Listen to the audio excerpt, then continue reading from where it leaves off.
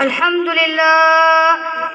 لله رب العالمين والصلاة والسلام على سيد المرسلين وعلى آله وأصحابه أجمعين. أما بعد فأعوذ بالله من الشيطان الرجيم. بسم الله الرحمن الرحيم. ألا إن أولياء الله لا خوف عليهم ولا هم يحزنون.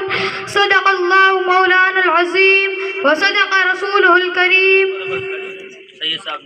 آئیے ہمارا مل کر آقا نامدار مکی و مدنی تاجدار گنبد خضرا میں آرام فرمانے والے آقا احمد مجتبی محمد مصطفیٰ صلی اللہ تعالی علیہ وسلم کی بارگاہ اقدس میں صلاۃ و سلام کا نذرانہ عقیدت پیش کرے اور پڑھے باواز بلند اللہم صلی علی سیدنا و مولانا محمد صلی اللہ علیہ وسلم تسلیما.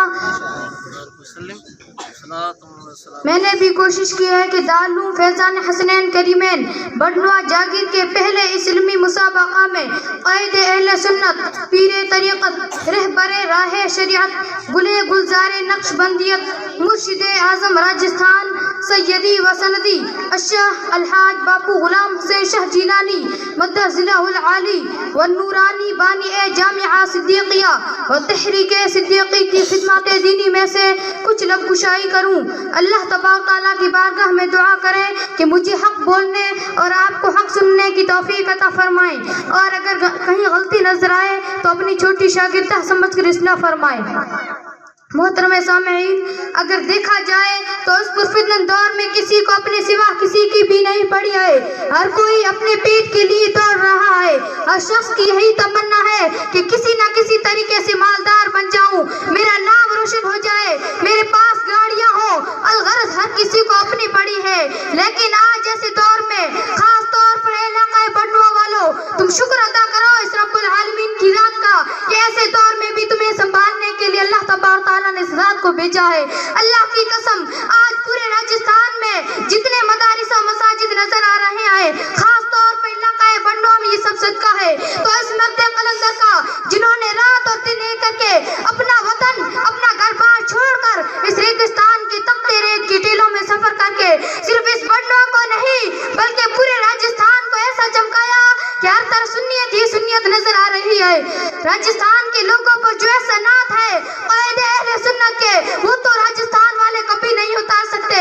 آج سے 20-25 سال پہلے اس راجستھان اور خاص کر اس علاقہ کے کیا حالات تھے. لوگ اسلامی تعلیم سے دور تھے، جہالت اتنی پھیل گئی تھی کہ لوگوں کو حلال و حرام میں تمیز نہیں تھی. رات و دن برائیوں میں اپنا وقت گزارتے تھے. مسجدیں ویران ہو چکی تھی اور مدرسوں کا کوئی نام و نشان نہ تھا. کوئی نماز پڑھنے والا نہیں تھا، کوئی اللہ کا نام لینے والا نہیں تھا. ایسے نازک حالات ہو چکے تھے. لوگ دن بدن دین سے دور ہوتے جا رہے تھے، گویا کہ غربت و جہالت میں لوگ پھنس چکے تھے.